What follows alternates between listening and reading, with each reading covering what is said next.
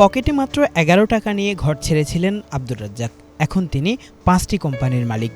ধারের ৫,০০০ টাকায় ব্যবসা শুরু করে তিনি আজ গড়েছেন শত কোটি টাকার সম্পদ। বলছি আরমা গ্রুপের চেয়ারম্যান আব্দুর রাজ্জাকের কথা। আব্দুর রাজ্জাকের জন্ম কুষ্টিয়ায়। বাবা ছিলেন কৃষি অফিসার। গ্রামের স্কুলে অধ্যয়নকালেই স্বপ্ন দেখতেন বড় হয়ে ব্যবসায়ী হওয়ার। ছোটকালেই নিয়েছিলেন ব্যবসার নানান উদ্যোগও।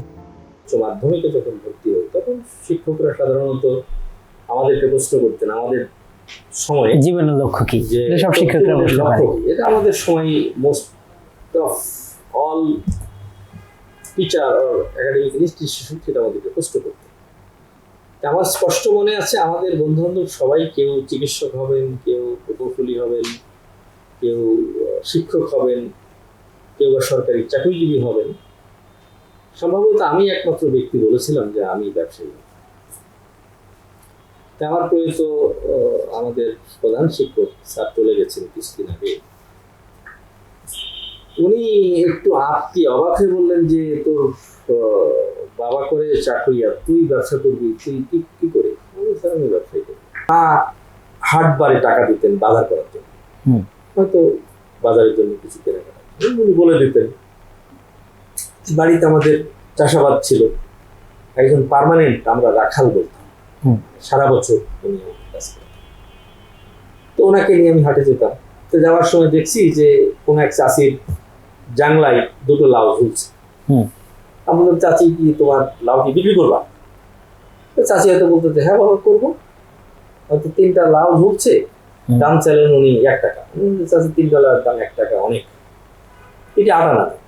চাচি বললো যে না বাবা 8 আনা না, তুমি আর 10 পয়সা। তখন তো সেই 72-73 সালে 8 আনা 4 আনা পয়সা, 5 পয়সা 2 পয়সার অনেক মূল্য ছিল। 3টা লাউ আমি 60 পয়সা দিয়ে কিনলাম। বাজারে যে আমার সেই ভাই যিনি আমাদের বাড়িতে কাজ করতেন, আমাদের বয়সে বড়, ওনাকে বসাই দিয়ে বললাম যে 3টার দাম তো 1.5 টাকা। হয়তো উনি 1 টাকায় বিক্রি করলেন, আমার লাভ হলো 40 পয়সা। স্কুল ছুটি হলো, মায়ের কাছ থেকে 100 টাকা ধার নিয়ে, আমরা তো চরাঞ্চলের মানুষ, ডাঙ্গা অঞ্চলে কাঁঠাল হতো, হয়তো আমি এক গরু গাড়িতে করে ভাইকে নিয়ে 50 টাকা কাঁঠাল কিনে নিই, ওই চোখের নিচে রেখে ওই ভাইকে দিয়ে বিক্রি করা। এইভাবে শুরু করে তারপরে মানে আমার ব্রেনের ভিতরে কখনো আমি চাকরি করবো 30 সেকেন্ডের জন্য আমি মনে করিনি যে আমি চাকরি করবো। ছাত্রজীবন শেষে থাকতেন বিদ্যুৎ উন্নয়ন বোর্ডে চাকরি করা বড় ভাইয়ের বাসায়। ছিলেন ভাইয়ের ব্যাগ বহনকারী। একদিন মাত্র 11 টাকা হাতে বেরিয়ে যান ভাইয়ের বাসা থেকে। চিন্তা শুরু করেন ব্যবসার, কিন্তু ছিল না কোনো মূলধন। তাই বন্ধুর মায়ের কাছ থেকে 5,000 টাকা ধার নিয়ে শুরু করেন ঠিকাদারি ব্যবসা, যা ধীরে ধীরে বড় করে তোলে আব্দুর রাজ্জাককে। হয়ে ওঠেন শিল্পপতি। 1984 সালের 30 নভেম্বর বড় ভাইয়ের বাসা থেকে বলতে পারেন রিক্ত হাতেই বেরিয়ে যাই। যেদিন আমি বেরিয়ে গিয়েছিলাম সেদিন আমার স্পষ্ট মনে আছে, আমার পকেটে একটা 10 টাকার নোট ছিল, একটা 1 টাকার নোট ছিল, একটা 25 পয়সা ছিল। সেটি ছিল আমার সম্পদ। আমার এক বন্ধু শশাঙ্ক শেখর দাস, সে এখন দেশের বাইরে আছে, ওর মেসে উঠি পুরোনো কোম্পানি। সেখান থেকে আমার কর্মজীবনের চিন্তা আসে। তৎকালীন সময় Bangladesh film development corporation FDC সহকারী প্রকৌশলী ছিলেন আমার বড় ভাই ক্লাসমেট। ওনার কাছে যে আমি আমার কথাগুলো বলি যে আমি বাসা থেকে বেরিয়ে এসেছি, আমি বাসা থেকে তুমি আশ্চর্য হয়ে বললেন যে তুমি এই অবস্থায় চলে এসছো। কোনো ব্যাখ্যা দিলাম। তুমি আমাকে টেস্ট করবার জন্যই হোক, অন্য কোনো কারণেই হোক, বললেন যে তুমি কি কালকে 5,000 টাকা নিয়ে আসতে পারবে? আমার কাছে তো কোনো টাকা নেই। আমি তাৎক্ষণিকভাবে বললাম যে পারবে। এই 5,000 টাকা কোথায় পাবো আমি ভাবি। আমার আর এক ক্লাসমেটের মা, উনি আমাকে সন্তানের মতো স্নেহ করতেন। আমি ওনাকে যে বললাম যে খালামা আমাকে 5,000 টাকা দিতে হবে। তো 85 সালে 5,000 টাকা মানে কিন্তু অনেক টাকা। হ্যাঁ, এত টাকার কথা শুনে উনি কিছুটা বিব্রত হলেন, কিন্তু ওনার সঙ্গে আমার রিলেশন এবং আমার আকুতি উনি আর ফেলতে পারলেন। পরের দিন 5,000 টাকা নিয়ে এফডিসিতে, আমি মালিবাগ রেলগেট থেকে এফডিসিতে আমি হাঁটতে যেতাম, বিকজ আমি রিক্সায় যাবো, সেই টাকা পয়সা পাবো কোথায়। আমি এপিসিতে গিয়ে ওনাকে বললাম যে ইয়েস আমি টাকা জোগাড় করেছি। তখন উনি আমাকে একটা কোটেশন দিয়ে একটা কাজ দিলেন, 29,990 টাকার কাজ। এটা আমার জীবনের প্রথম একটি কাজ। ওই 5,000 টাকা এবং বিভিন্ন বন্ধু বান্ধবের কাছ থেকে, কারো কাছ থেকে 500, কারো কাছ থেকে 100 ধার করে আমি কাজটা শেষ করলাম। কিন্তু এই 1 মাসের মধ্যে তুমি বিল পাবো। তখন আমার আর এক ক্লাসমেটের ভাবির কাছে গিয়ে আবার 5,000 টাকা ধার চাইলাম। আব্দুর রাজ্জাক মনে করেন সততা, আমানতদারিতা, পরিশ্রম ও নিজের লক্ষ্য বাস্তবায়নে অনড় থাকাই তার এই সফলতার মূল চাবিকাঠি। সাথে বড় পাথেয় ছিল মা বাবার দোয়া এবং প্রতিষ্ঠানের কর্মীদের সীমাহীন ভালোবাসা। মা বাবার দোয়া অবশ্যই প্রয়োজন। আমার বাবা এবং আমার মা, আমার বাবা যখন বিছানায় পড়ে গেছিলেন, আমার বাবার মলমূত্র আমি তা পরিষ্কার করেছি। আমার বাবা বলে গেছেন, বাবা তোমার বাড়ির আঙিনায় যত মানুষ আসবে কোনো মানুষকে তুমি খালি মুখে করে দাও, কিছু না হলে 1 মুষ্টি মুড়ির 1 গ্লাস পানি হলে দিবা। এটা আমার বাবার নির্দেশ ছিল। মাও, আমার মা 105 বছর বয়সে মারা গেছেন, তবে উনি বিছানায় খুব বেশি দিন পড়েছিলেন। আমার মা আমার অনুপ্রেরণা। আমি আজকে এখানে এসেছি এক কথাই যদি বলি যে আমার মা বাবার দোয়া, আমার কমিটমেন্ট। আমি আমার 41 বছর ব্যবসা করি, আমি আজ পর্যন্ত কারো 10টা টাকা আত্মসাৎ করি। আমি কমিটমেন্ট কখনো ফেল করি। আমি এখনো 17 ঘন্টা পরিশ্রম করি, এই কাজ করছি, আলহামদুলিল্লাহ ভালো আছে। আমার সঙ্গে কাজ করে তার মজুরি পাননি অথবা তার মালের দাম পান একজন লোক বলতে, কারণ এটা তাদের পারিশ্রমিক, এটা আমি পরিশোধ করেছি।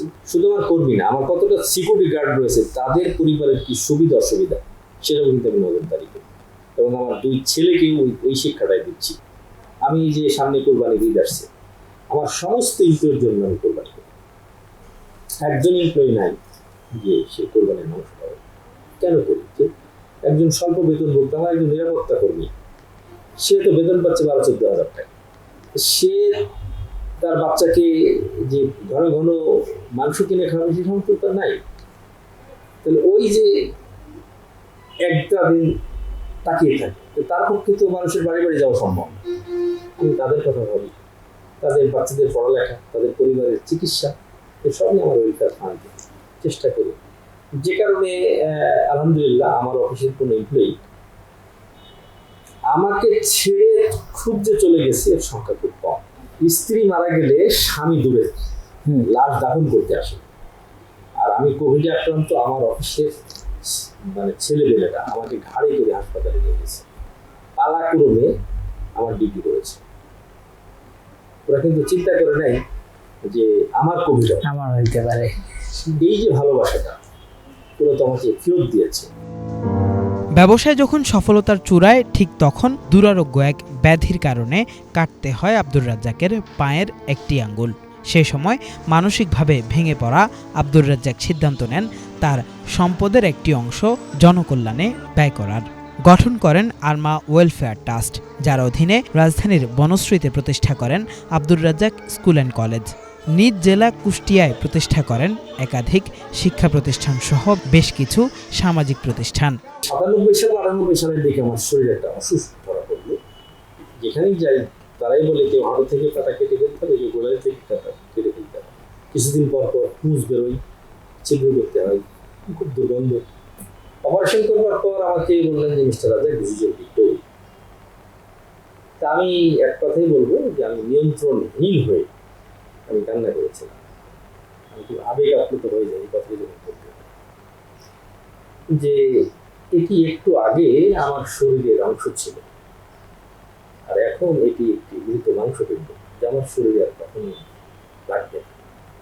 তাহলে আমার শরীরের অংশতেই যদি আমার না হয়, তাহলে আমার বলে রইল না। তখন আমরা একটা ওয়েলফেয়ার সোসাইটি করলাম, আর ওয়েলফেয়ার সোসাইটি। তখন আলহামদুলিল্লাহ আমার ব্যবসা একটা লেভেলে আমি চলে এসেছি। তখন আমরা চিন্তা করলাম যে আমাদের কোম্পানির উপার্জিত যা অর্থ, সেখান থেকে একটি অংশ ডিভিডেন্ড দিয়ে ওয়েলফেয়ার ফান্ড দিয়ে, এই তখন আমরা ছাত্রবৃত্তি দেওয়া শুরু করলাম। এ পর্যন্ত 1,500+ স্টুডেন্টকে আমরা সহযোগিতা করেছি। অনেক গল্প বলতে পারে। হুম। একটি মেয়ের বাবা নেই, মা মানুষের বাড়ি বাড়ি এক কথাই বলবো যে কাজ খুবই করে। সাবস্ট্যান্ডার্ড কাজ করে মেয়েটাকে পড়াতো। সেই মেয়েটা কিন্তু এখন এমবিবিএস ডাক্তার হয়েছে। বাহ। একটি ছেলে মাঠে ছাগল চড়াতো, সেই ছেলেটি ওয়েট থেকে প্রকৌশলী হয়েছে। এইরকম ১,৫০০ গল্প আমি বলতে পারি। এইভাবে আমরা কাজ করছি। পরবর্তীতে চিন্তা করলাম যে একটা প্রাতিষ্ঠানিক রূপ কি দেওয়া যায়। এই তখন আমরা ওয়েলফেয়ার কমিটির সদস্যরাই চিন্তা করে এই আব্দুল রাজ্জাক স্কুল অ্যান্ড কলেজের জন্ম ২০০৮ সালে বনশ্রীতে। জি। দ্রুত ফল আশা করা এবং চ্যাট জিপিটি নির্ভর হয়ে পড়ায় তরুণ প্রজন্ম পিছিয়ে যাচ্ছে বলে মনে করেন এই প্রতিষ্ঠিত ব্যবসায়ী। তাই শর্টকাট না খুঁজে নিজের লক্ষ্য বাস্তবায়নে স্থির থাকা এবং সততার সঙ্গে সর্বোচ্চ চেষ্টা চালিয়ে যাওয়ারও পরামর্শ তার। আপনি যদি মনে করবেন যে আমি এটা করব, শুধু আপনি মনে করেন, তাহলে আপনার 70% আপনি করে ফেলেছেন। আপনি রাতারাতি বড় হবেন সেটি ভাববার কোনো কারণ নেই। আনফর্চুনেটলি যুব সমাজ বা তারুণ্য সমাজ ওই শয়তানের বাক্সের মধ্যে ঢুকে গেছে, অর্থাৎ মোবাইলের মধ্যে ঢুকে গেছে। কি চ্যাট জিপি না কিছু করে, ব্রেনকে স্টর্মিং করে না, কাজটা করে কোনো কিছু হইলেই ওই চ্যাট জিপি।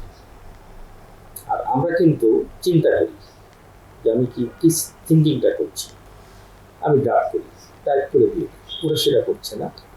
দ্বিতীয়ত আজকের আমি ৪১ বছরের আমার সাধনার ফসল। এখন আপনি কালকে আমার কোম্পানিতে যোগ দিয়ে যদি মনে করেন যে আপনি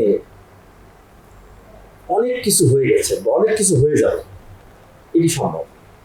শর্টকাট জীবনে বড় হওয়ার কোনো সম্ভাবনা নেই, সততার কোনো বিকল্প নেই। যে কাজটি করবেন খুব মনোযোগ দিয়ে করবেন। জীবনে সফল হতে আমানতদারিতাকেই সবচেয়ে বেশি গুরুত্ব দেওয়ার পরামর্শ দিয়েছেন এই ব্যবসায়ী। এই জায়গাতে যদি বলি যে মানুষকে যদি আপনি মানুষ হিসেবে মূল্যায়ন না করেন, আপনি কি শিওর যে আপনি অনেক বড় হবেন? আপনি কি শিওর কালকে আপনি দরিদ্র হয়ে যাবেন? কেফায়েত শাকিল, বাংলা ভিশন, ঢাকা।